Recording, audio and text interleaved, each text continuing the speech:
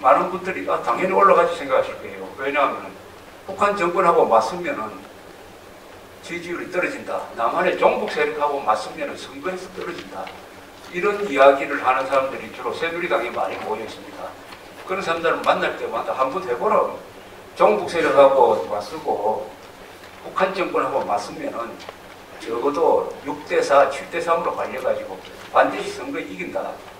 그래서 작년에 박근혜 씨가 당선된 가장 큰 이유는 바로 종북 세력과 맞서는 자세를 취했기 때문에 당선됐거든요.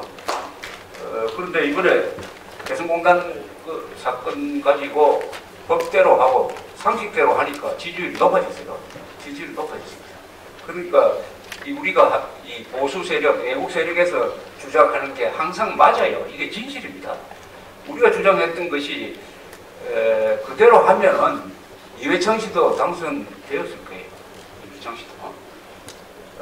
그런데 자꾸 좌파들 눈치를 보니까 그러면 지지율이 올라갈 줄 알았는데 좌파들 눈치 보면은 항상 지지율이 떨어진다는 것은 이미 선거에서도 증명이 됐는데 그래도 주변에 이 정치인들은 가까이 있는 사람이 좌파 사람들이 많으니까 거기에 끌려가다가 항상 죽을 깨를 내는 쪽으로 갔습니다. 그러나 박근혜 씨는 이번에 개성공단 근무 한국 사람들을 귀환시키니까 지지율이 많게는 한 10몇 프로 올라가고 해가지고 지금 상당히 안정적으로 지지율을 관리하고 있습니다. 원래 박근혜 씨는 고정 지지율이 우리나라 역대 정치 중에서 제일 많은 사람이에요.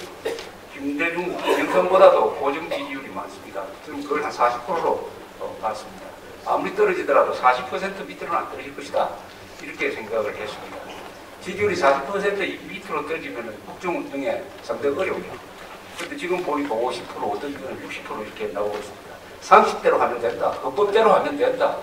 진실대로 하면은 지지율도 높아지고 선거에서도 지지 않는다는 너무나 당연한 이 원리가 세상 확인이 되는 것 같습니다. 아무쪼록 이번에 미국 의회에서 선거 연설을 아니지만 하여튼 그 연설을 좀 잘 해주기를 바랍니다. 미국 의회 연설은 역대 대통령 중에 제 기억으로는 이승만 대통령하고 노태우 대통령이 한 걸로 알고 있습니다. 이승만 대통령 연설은 잘한 연설로 아주 꼽히고 있습니다. 이광료 수석이 미국 의회 연설을 했는데 그것도 아주 명연설로 꼽히고 있습니다. 미국 의회에서 연설하는 거는 저거 좋은 기회지만요, 저거 아주 위험합니다. 그 내용이 좋지 않으면 아주 웃음거리가 돼요. 어떤 정치인은 특히 대통령 같은 수상 같은 큰 정치인은 연설을 하면 자기 실력이 다 드러납니다. 말하자면 자기 몸무게가 다 드러나는 거예요. 다 옷을 벗고 자기 알몸을 드러내는 겁니다. 자신이 있으면 하는 거예요. 그런데 지금 굉장히 위험합니다. 한국에서 통할 이야기가 미국 의회에서는 안 통해요. 세계에서 연설에 대해서 가장 예민한, 가장 까다로운 청중이 미국 의회의 국회의원들입니다.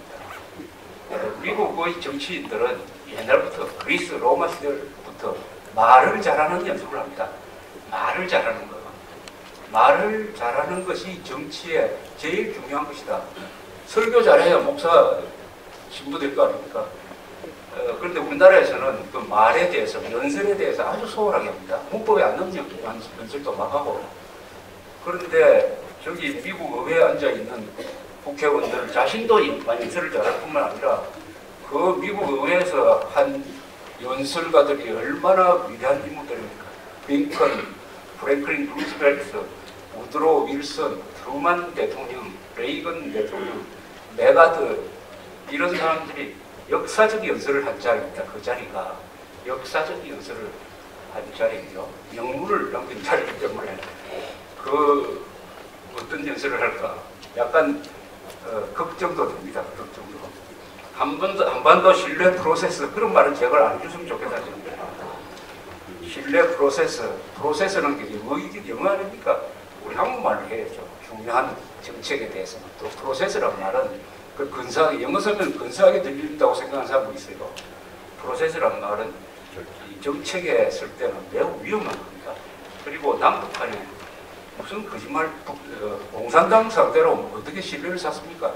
공산당을 없애버려야 그게 신뢰가 생기는 거지. 공산당을 살려두고 그 공산당과 신뢰를 쌓는다는 이야기 자체가 이게 노련한 이 산전수전 다 겪은 미국 국회의원들한테는 웃음거리로 들릴 겁니다.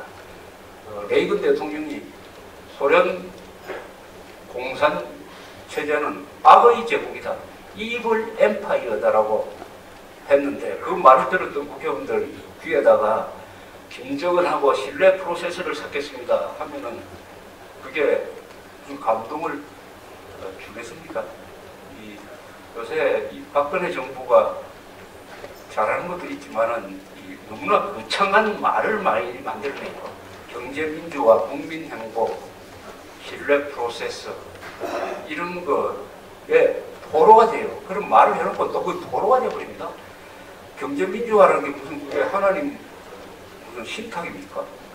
그 경제민주화에 위반적으로 안 좋다든지 이런 식으로 벌써 이야기를 해요. 국민행복? 아니 국민이 불행해지려는 사람이 있습니까?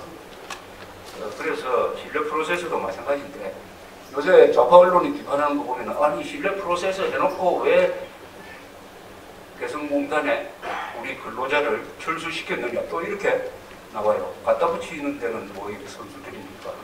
그래서 제발 이 근사한 연설은 뭐냐? 이게 말장난에서 나오는 게 아니고 어떤 이 영혼, 가슴 깊은 역사관 그리고 아주 큰 이 전략에서 나오는 거죠. 공감합니다. 우선 발음이 정확해요. 그리고 말도 아주 정제된 말을 쓰는데 이게 영어로 옮겼을 때 어떤 연설이 나올 거냐 상당히 관심도 있고 또 걱정스럽기도 하다는 말씀인데 뭐 잘 되었으면 좋겠습니다.